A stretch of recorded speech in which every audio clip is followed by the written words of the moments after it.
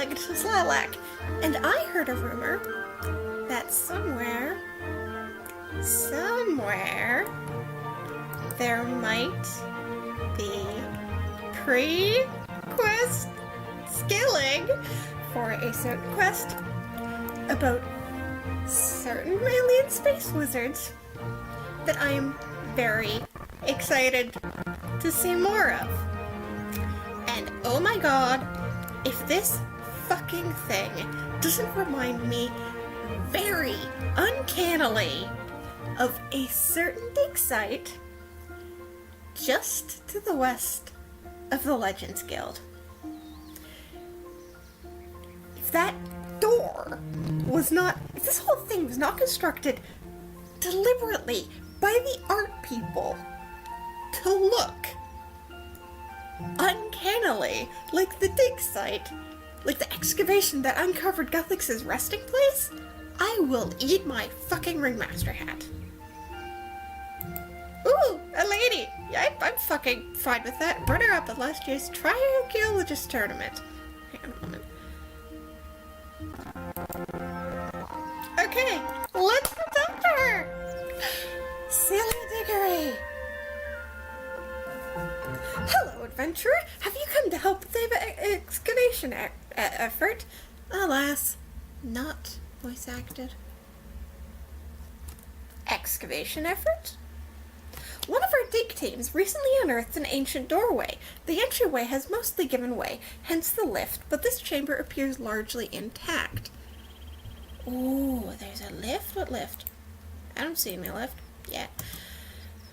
The architecture definitely reflects the Second Age Zerosian style, suggesting that this was part of the ancient city of Zentistan. Oh, Zentistan! I'm so excited! I'm so excited for more of my alien space wizards and their empire! And oh god. And yes, it wasn't perfect. The Chthonians were allowed to eat the homeless. But I'm so excited for my problematic faves. It appears to be a chamber of great importance. We suspect that this room would have served as Eris's throne room. I'm probably more excited than she is. Oh my god! There appears to be a large amount of residual divine energy around, suggesting a major divine event to put... So that's how they're justifying getting Div XP from this. Zaros bled divine energy all over the fucking place. Well, that's my hypothesis. It's probably what it is. Oh boy. Zaros memories? Oh god. Oh god! Of course! I mean, yeah, I implied this, but that didn't really register. But the Zaros' throne room is where Zamorak fucking stabbed him. Oh, this is so exciting! What's down there? Oh, fuck. That's just what I said. Okay, is there any way I can help out? First, there are crystals to be cleared towards the bottom of the throne room. You can use your mining skills to help with that. Note to self, go get your fucking pick. Next, you're sufficiently skilled in agility, we need to transport the crystals up here. There are bikes you can use to move... Since when are there fucking bikes in fucking RuneScape? Yeah. Dimension of disaster, whatever. Finally, if you've pressed your destination, we're asking people to try to transmute the crystal. That doesn't seem like a bad idea at all. Yes, you mentioned that there appears to be a large amount of residual divine energy around since the major divine event took place here. Yes. I guessed.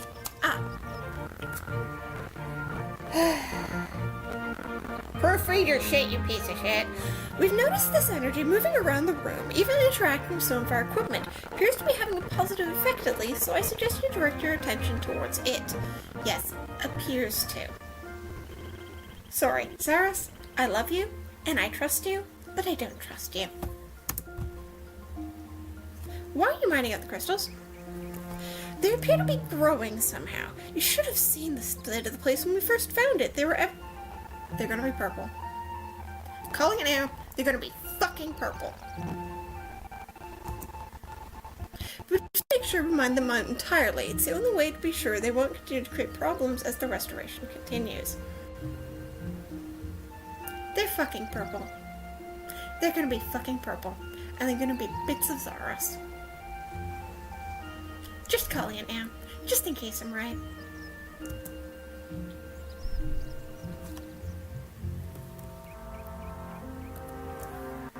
Why are you transmuting the crystals? In order to render them inert, one of our sponsors,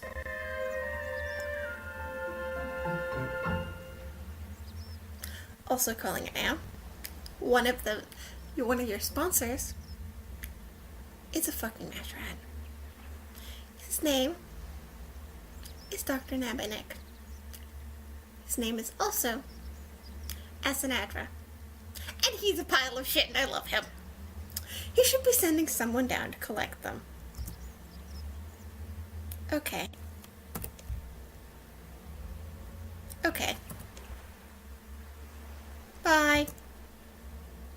Okay.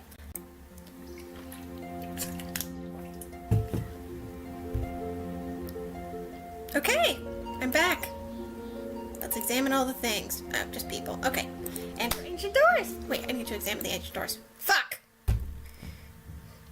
Yeah, fuck you and fuck your fucking willow pet.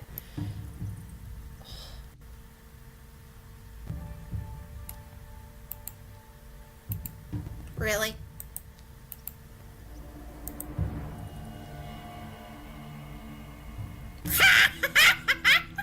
Oh, you think... They're purple. Fucking called it.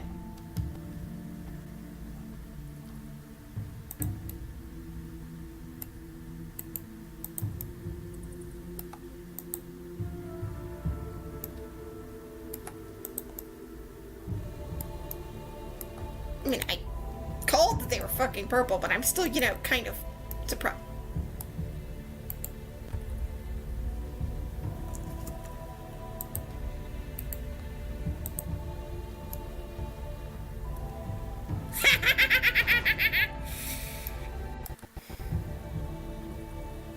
Okay, I don't get it. I don't get what they're referring to there, but it's hilarious to me anyway. Oh boy. Right, now how the fuck do I get down there? I want to get down there! I want to get down there! It's down here, right? Oh boy. Yep, I was right. They're purple. And wow, I was not expecting. I was just not fucking expecting his fucking throne room to be this fucking big. Like, dude. Dude, don't you have better things to do with your life? No, apparently not. He had fucking slaves for this.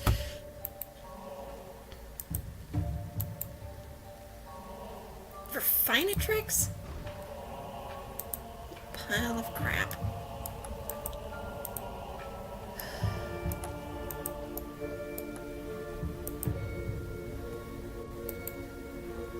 Centistan crystal.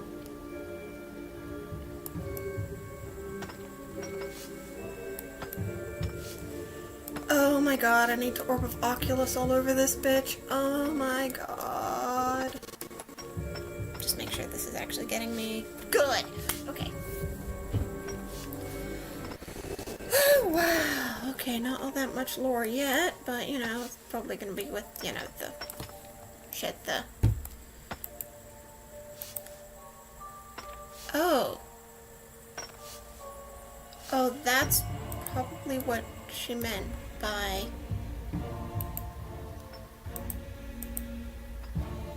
Do not operate if tired, inebriated, medicated, hydrated, organic experiencing pieces of shit.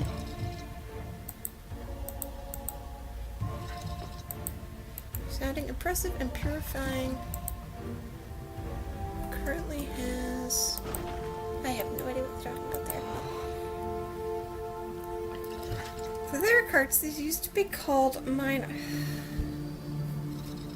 Oh my god, I just don't get why they still have that joke. I mean, yeah, okay, horses, mounts, Never gonna be a RuneScape. I've accepted that. But, like, the books have horses. It's not fucking mythical if the books have horses. Oh, just call me a stickler for details. I can't fucking... It makes me so mad. Mostly just sad, really. Okay.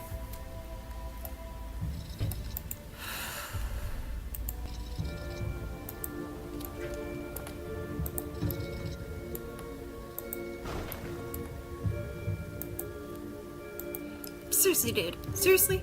This fucking big? Like, okay, man. Okay.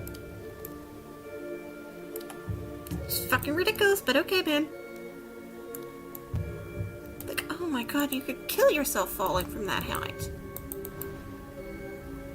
Then again, that's kind of the point.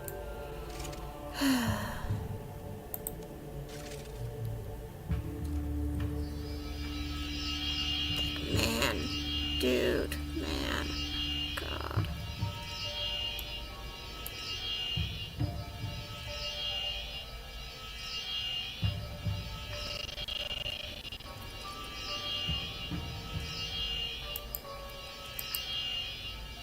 They're fucking purple.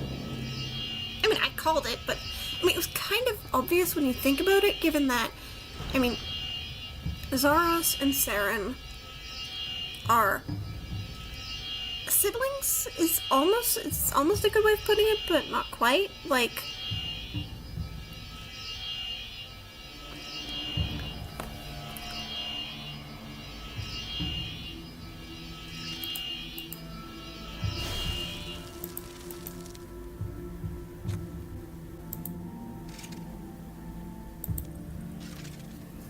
yeah, they're siblings, but they're also, like, okay, so Zaros and Saren are siblings. We know that Saren is made of crystal. We know that Zaros is made of crystal. We know that the freaking Majorat are kind of made of crystal. Like, so it was immediately obvious to me, like, okay, we've got crystals, and they're growing, but mostly they're crystals, and it's like, oh, shit, it's fucking Zaros.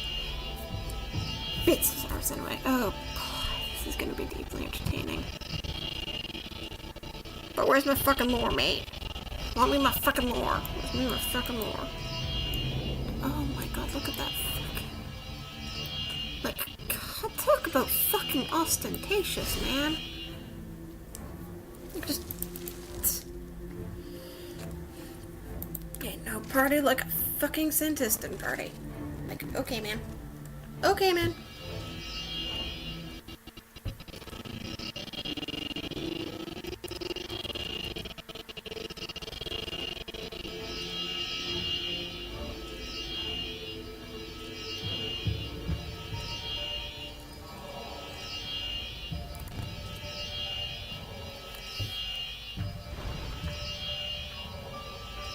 Apparently there will be, like, artifacts or some shit. I don't even know.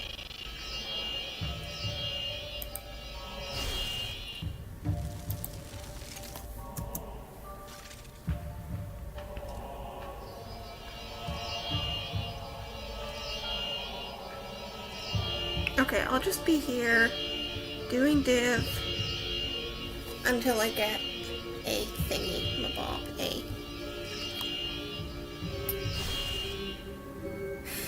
I'll be here doing div until I get a level and then get a thingy.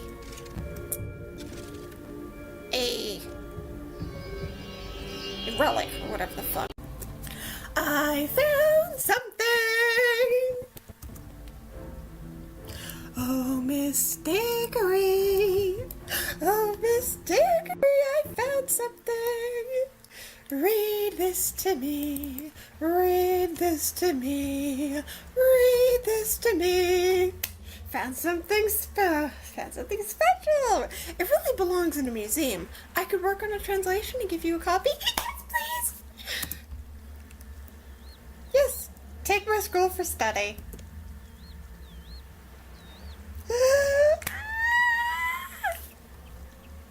thank you. I'll make sure this gets safely to the Varrock Museum. Only a few minutes. That's amazing. Yes.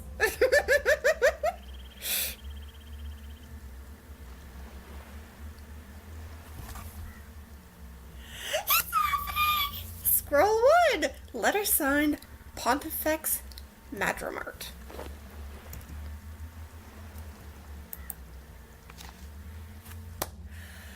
Oh boy. Lost letter. The ancient scroll must have been thousands of years old. Seemingly, it was never read by its intended recipient. Your Holiness, I'm writing...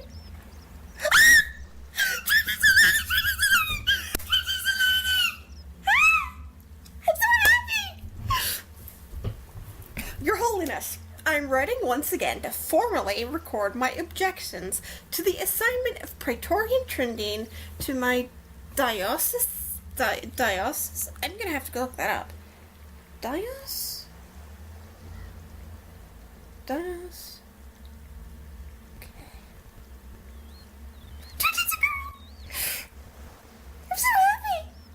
I'm so happy! She's a girl! Okay. Diocese? How the fuck do you pronounce that? Pronounce.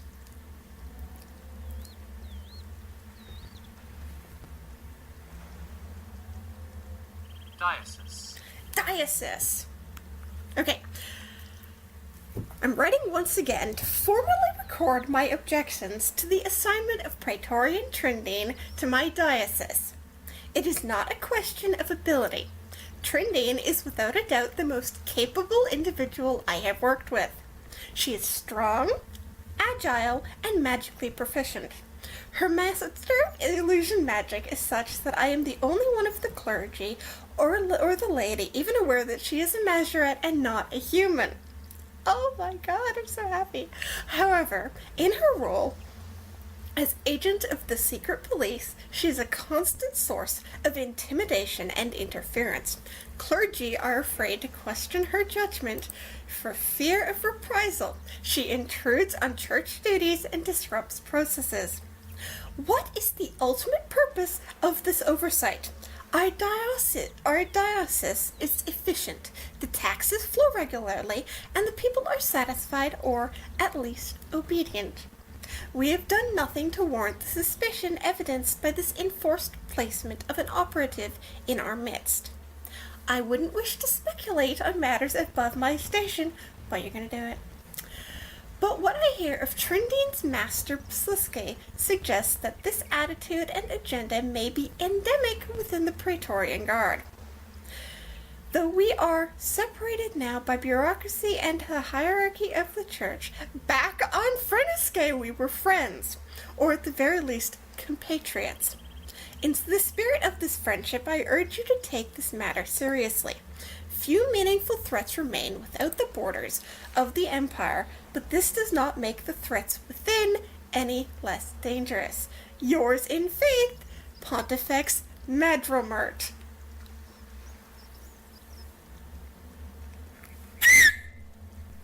One, Trindine's a girl, Trindine's a lady. I am so happy about this, even if it does make me have boobs, and I've had that argument.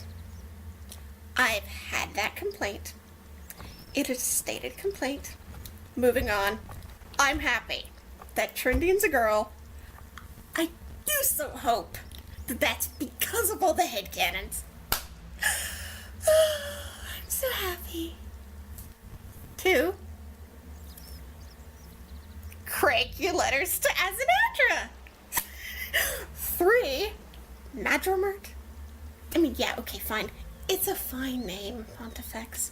But, you know, Madromart. Fucking hell.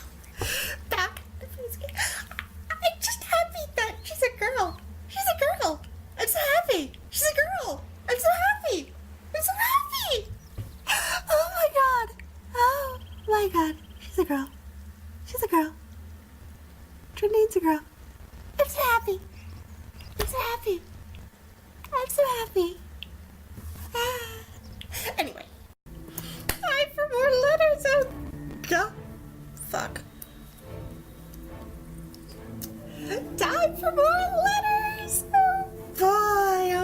this is gonna be.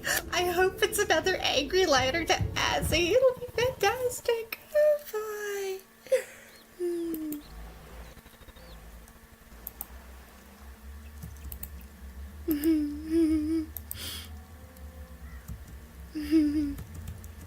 Yes, please. Yes, please. Yes, please.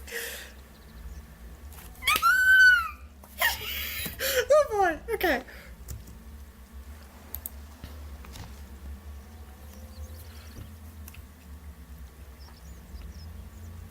Your Holiness, you ask to be kept apprised of our findings with respect to our unique patient, the Chthonian Senecanus.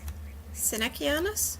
I include, therefore, this transcript of an interview I conducted personally with the patient during one of his rare lucid moods. Nabor. Good morning, Senecanus. Senecanus. Good morning, revered father. You seem well today, Senecanus.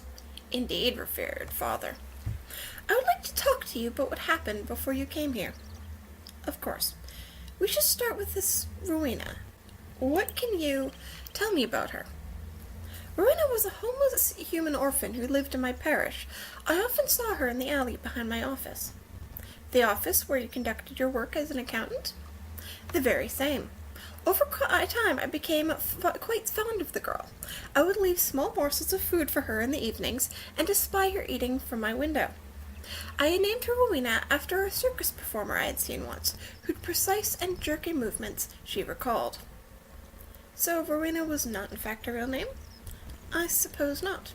I suppose gutter people probably do have names they have given themselves. The thought had not occurred to me. Of course it hadn't, because classism. In any case, I would tell my clients of the antics and mannerisms I had observed, and in general they were invariably amused.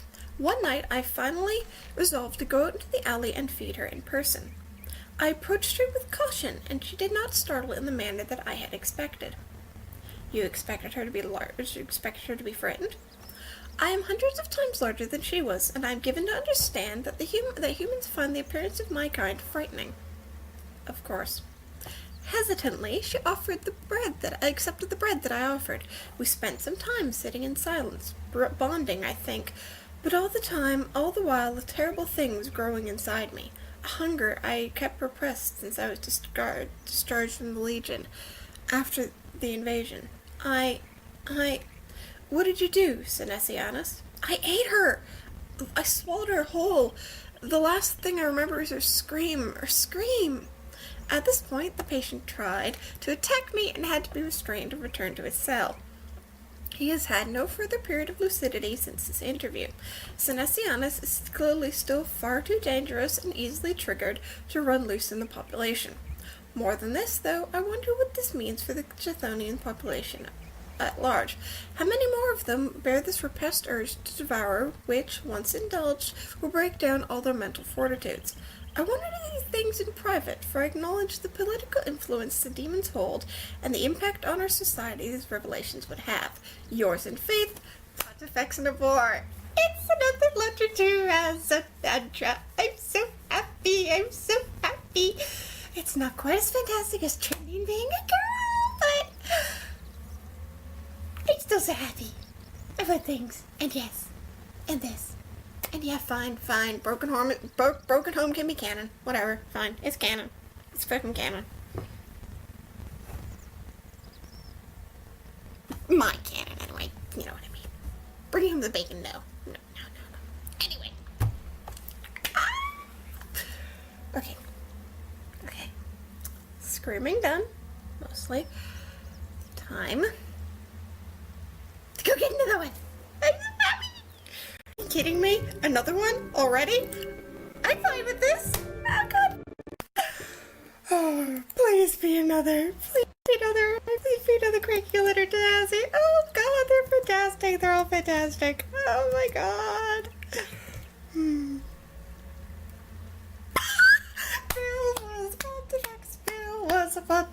Bill was a Pontifex. That's fantastic. Oh, bye.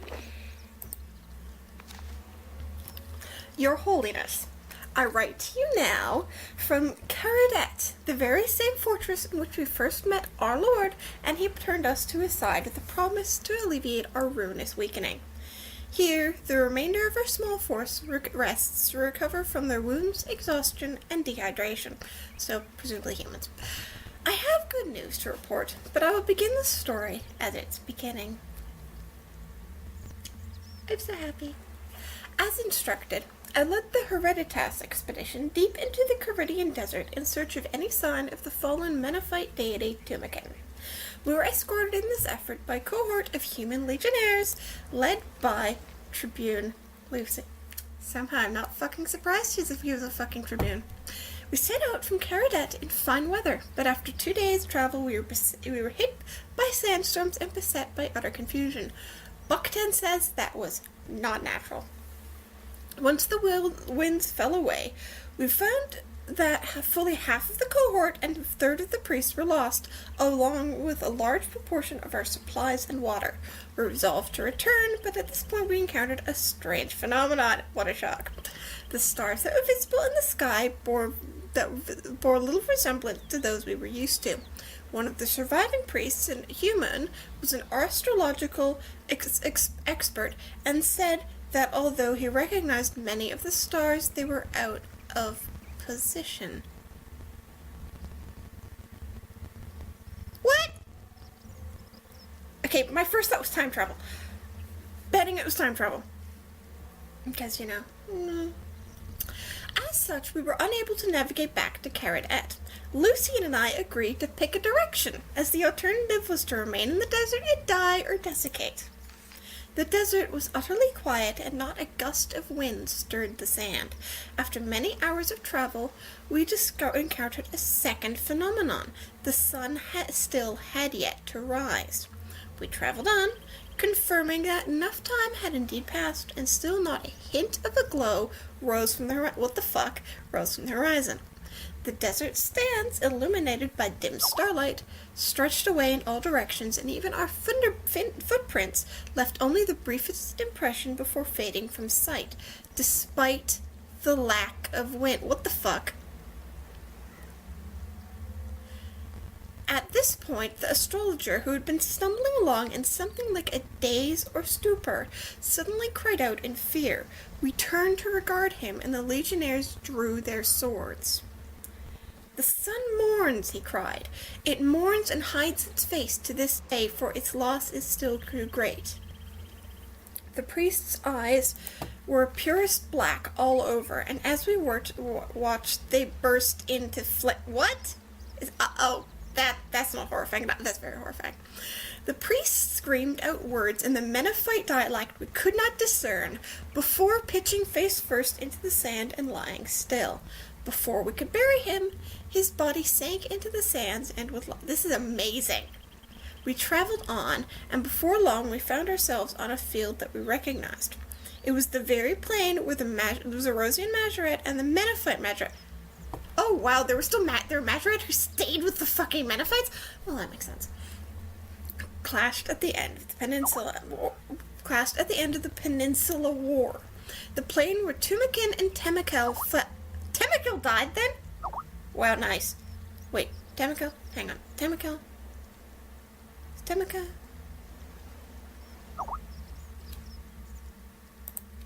Temakel from... Was Temakel Majoret? And we're but for... The plain where Tumakin and Temakel fell, and where but for your actions, Your Holiness, it's fucking assy. The Majoret would have been all but made extinct. Now just prolong the process. In the center of that plain, we discovered, of all things, humans in semi-nomadic tents.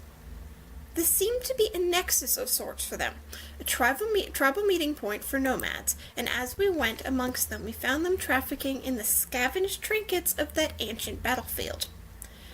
We went before their leader, a huge and powerful warrior, all wrapped in stinking bandages and armor that left no visible skin.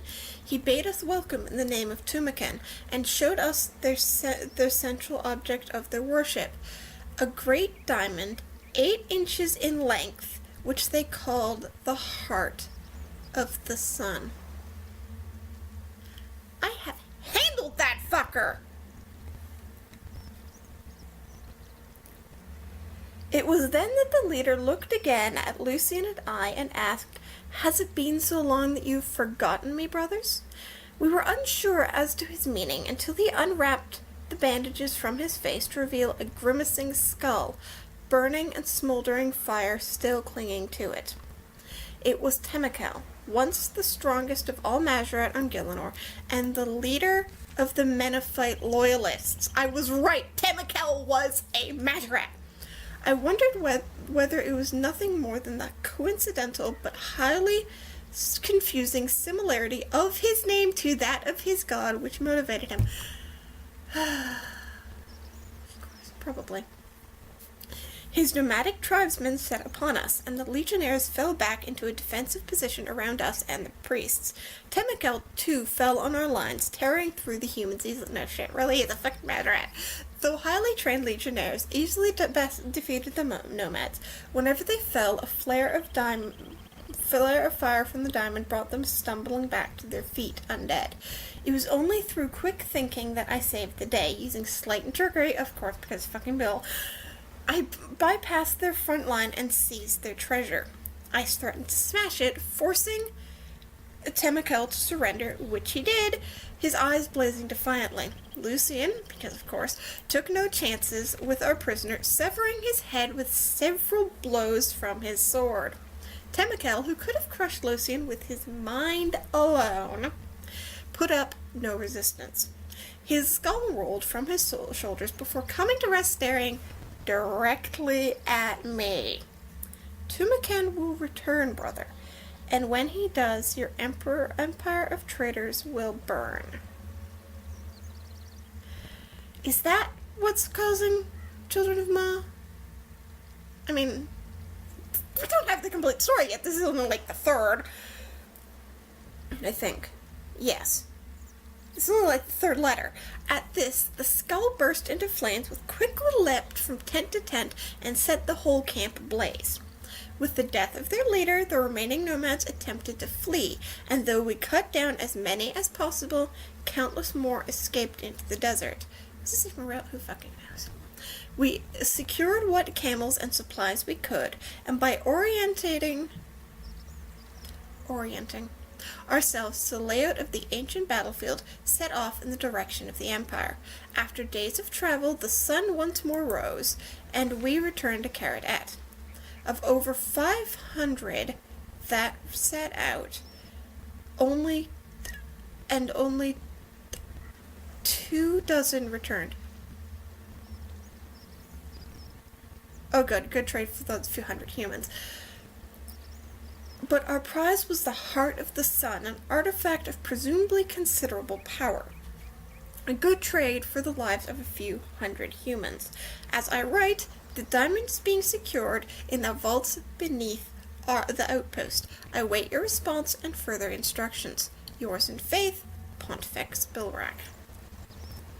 The Heart of the Sun! The Heart of the Sun! That stolen hearts and diamond in the rough are all about! Oh my god. Oh my god, this is amazing. This is fucking amazing. This is fucking amazing. I'm so happy. I'm so happy. I'm so happy. Oh my god, I'm so happy. I'm so happy. I'm so happy. Another letter. Who's it gonna be by today?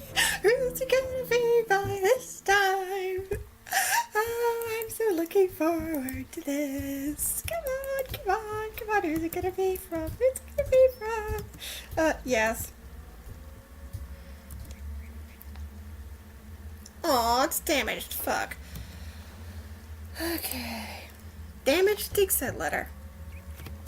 Oh dear. Okay. Your Holiness, I enclose the following report comparing the number and leadership of the legions at the time of our Lord's arrival, proofreader shit, in Gillinor with that in the present. The Invasion, Legio 1, Duke Nemesis, Legio 2, Duke Terminus, Legio 3, Duke Orcus, Legio 4, Duke Ceres, Legio 5, Duke Maximus, Legio 6, Duke Sicellus, Legio 7, Duke Picus, Picus, probably. Fuck Latin. Legio 7, Duke Mephitis, Legio 9, Duke Cacus, Legio 10, Duke Mantis, Legio 11, Duke Festus, Legio 12, Duke Quirinus. Did he have Voldemort in the back of his head? The present day, Legio 1, Legatus Maximus and Sammy Douche. Legio 2, what? There is no Legio 2. Legio 3, Duke Orcus the Necromancer. Legio 4, destroyed. Legio 5, Legatus Cecile. Legio 6, Duke Sicellus, Father of Abominations. Legio 7, destroyed. Legio 8, Duke Mephitis of the Vapor. Legio 9, destroyed. Legio 10, destroyed. Legio 11, Legatus Wahaziotel. Wahaziotel, I love you so much, Wahaziotel. Anyway, Legio 12, destroyed. Legio 13, Legatus Samorgal. I am just so happy, because, like, I've seen posts, and this kind of boring-ass shit is the stuff that archaeologists live for. Legio 14, Legatus Dracan. Legio 15, destroyed. Legio 16, Legatus Nex. Legio 17, Legatus Vigora. Legio 18, Legatus Cantor. Legio 19, destroyed. Legio 20, Lega. The rest of the letter is unreadable. Bite me!